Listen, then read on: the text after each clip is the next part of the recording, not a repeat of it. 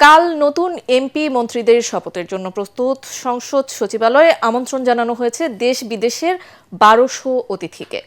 আসবেন ভুটানের প্রধানমন্ত্রী, ভারতের লোকসভার স্পিকার, পররাষ্ট্র সচিব, পাকিস্তানের পরিকল্পনা মন্ত্রী, যুক্তরাজ্যের এশিয়া বিষয়ক আন্ডার সেক্রেটারি।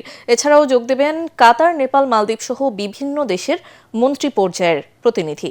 বিশ্লেষকরা বলছেন, জনপ্রত্যাশার কথা মাথায় রেখেই ক্লিন ইমেজের মন্ত্রিসভা গড়তে হবে বিএনপিকে।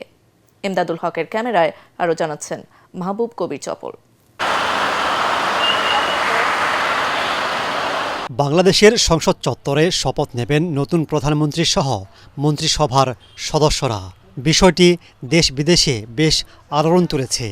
এমন আগ্রহ থেকেই ইতালির একদল পর্যটক দেখতে এসেছেন সংসদ ভবন। এর অবকাঠামো দেখে মুগ্ধ তারা।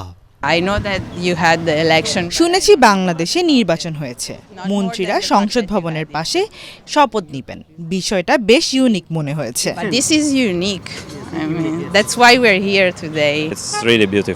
বাংলাদেশে এসে খুবই ভালো লাগছে, বিশেষ করে আপনাদের সংসদ ভবনটি সত্যি অসাধারণ। নতুন বাংলাদেশে যাত্রা শুরু হতে যাচ্ছে নতুন সরকারের। শুরুতেই নতুনত্ব আনতে চাচ্ছে বিএনপি। এমপি ও মন্ত্রীদের শপথ নির্বিঘ্ন করতে সব ধরনের ব্যবস্থা নেওয়া হয়েছে বলে জানান সংসদ সচিবালয়ের কর্মকর্তারা।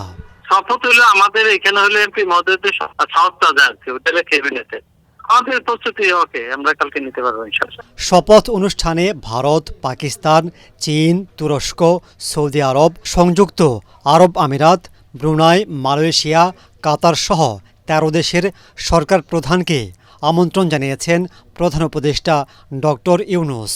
এখন পর্যন্ত অংশগ্রহণ নিশ্চিত করেছেন ভুটানের প্রধানমন্ত্রী শেরিং তোবগে, ভারতের লোকসভার স্পিকার ওম বিড়লা ও পররাষ্ট্র সচিব বিক্রম মিস্ত্রি, পাকিস্তানের পরিকল্পনা মন্ত্রী আহসান ইকবাল, নেপালের পররাষ্ট্রমন্ত্রী বালা নন্দা শর্মা, মালদ্বীপের পররাষ্ট্রমন্ত্রী আবদুল্লাহ খলিল, শ্রীলঙ্কার স্বাস্থ্যমন্ত্রী নালিন্দা জয়াতিসা, যুক্তরাজ্যের ভারত প্রশান্ত মহাসাগর বিষয়ক আন্ডার সেক্রেটারি সীমা মালহোত্রা।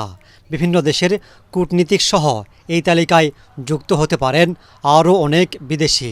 এছাড়াও দেশের প্রধান বিচারপতি, বিশিষ্ট ব্যক্তিবর্গ, জুলাই যোদ্ধা সহ বিভিন্ন স্তরের ব্যক্তিদের আমন্ত্রণ জানানো হয়েছে।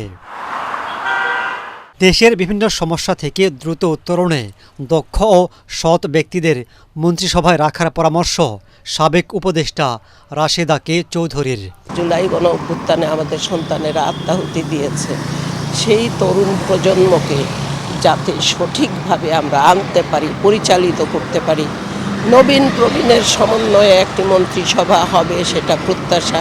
রুলস অফ বিজনেস যেটা থাকে একজন মন্ত্রী বা মন্ত্রণালয়, সেটা অনুযায়ী দায়িত্ব পালন করবেন, সেটা তো আমাদের প্রত্যাশা। তো তারা আবার স্থানীয়ভাবে যদি নিয়োগ বাণিজ্য, ভর্তি বাণিজ্য এবং দখল বাণিজ্যের মধ্যে চলে যান, আগে যে ভুলগুলো মারাত্মকভাবে হয়েছে, আশা করছি যে সেটা হবে না। তিনি বলেন, আওয়ামী লীগের মতো বিএনপিও ভুল করলে খেসারত দিতে হবে, তাই সতর্ক থাকতে হবে প্রথম দিন থেকেই। বিগত কর্তৃত্ববাদী সরকার যা করে গেছে, এখন তারা তার ফসল ভোগ করছে।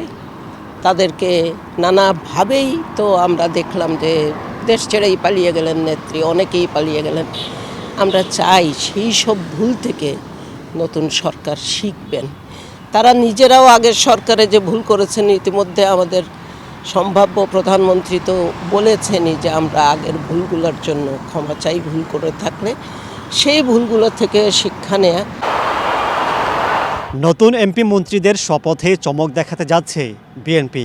তবে চমকের পর তাদের জন্য চ্যালেঞ্জ অপেক্ষা করছে বলে মনে করছেন বিশ্লেষকরা, যেটার শুরু হবে দায়িত্ব নেওয়ার পর থেকেই আর মানিয়ে নিতে হবে দ্রুত সময়ের মধ্যে।